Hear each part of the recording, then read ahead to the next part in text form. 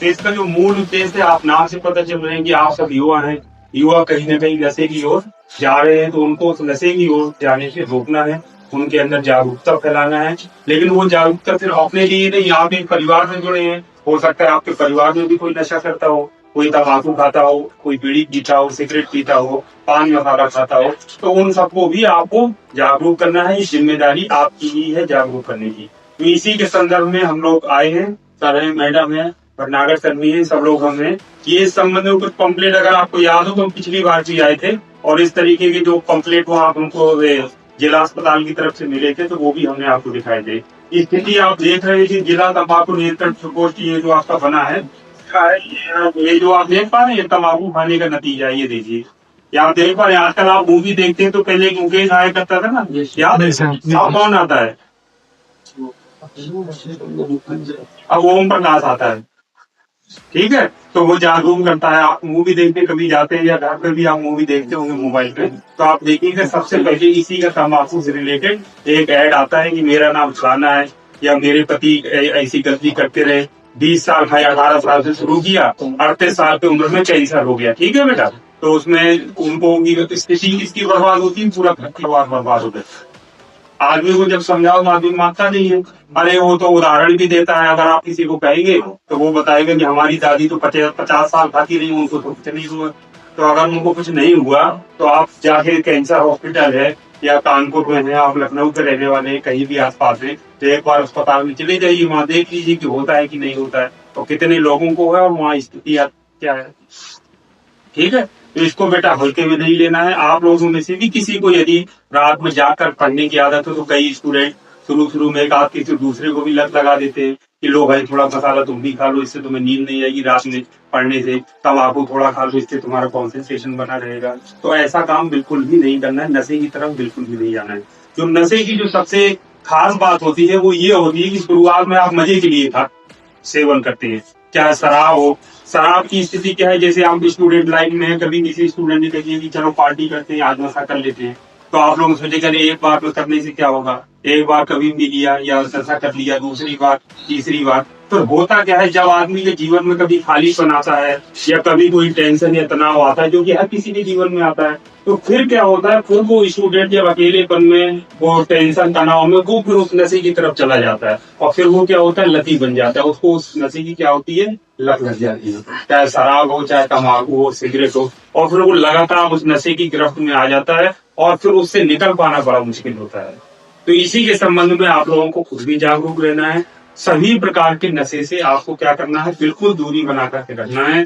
चाहे दोस्त आपका जितना सगा हो, चाहे जितना जानने वाला हो, उसको भी समझाइए कि भैया हम तुम्हारे चक्कर में नहीं पड़ेंगे, बल्कि ये गलत चीज है, तुम भी इसको नशे को छोड़ो और सही रास्ता अपनाओ। क्योंकि एक बार अगर नशे ने गिरफ्त में ले लिया तो फिर आप निकल नहीं पाओगे, कोई नहीं निकल पाता, अच्छे नहीं निकल पाते। बड़ी उनकी थेरेपी चलती है, रिहेबिलिटेशन सेंटर खुले हुए हैं, उसमें भर्ती कराना पड़ता है, कई महीने लोग भर्ती रहते हैं, तब भी निकाल पाना बड़ा मुश्किल होता है। तो कम से कम जागरूकता आप लोग फैलाइए, आप लोग जागरूक रहिए।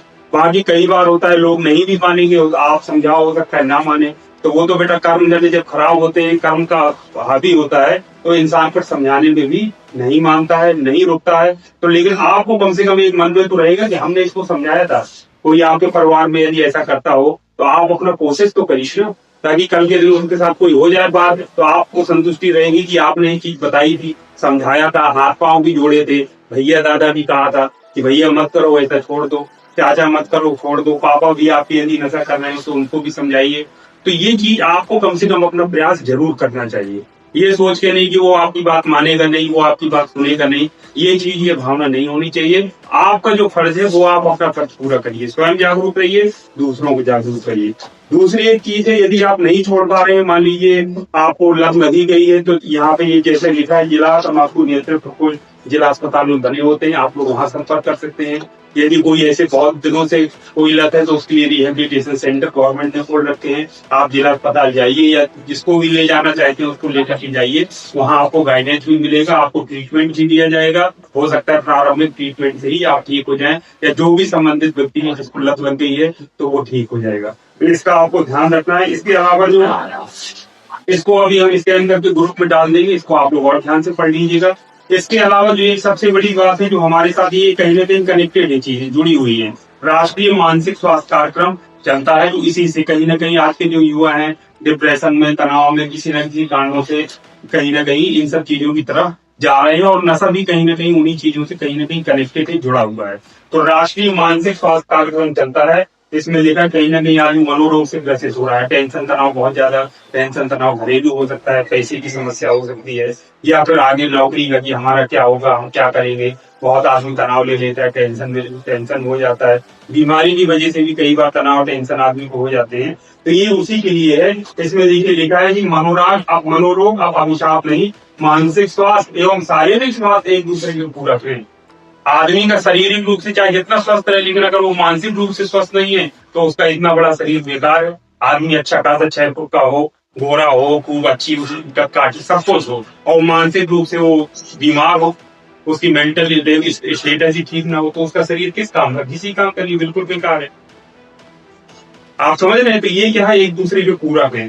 तो मानसिक रूप से और शारीरिक रूप से दोनों तरीके से आपको फिट रहना है, स्वस्थ रहना है। तो इसके लिए गवर्नमेंट ऑफ इंडिया टेली मानस सेवाएं चलती है 24 घंटे और 7 दिन, यानी 365 दिन 24 घंटे में आप किसी भी समय कॉल कर सकते हैं। टोल फ्री नंबर है, इसको आप जरूर नोट करिए, सबकी कॉपी में लिखा रहना चाहिए, इसको नोट करिए।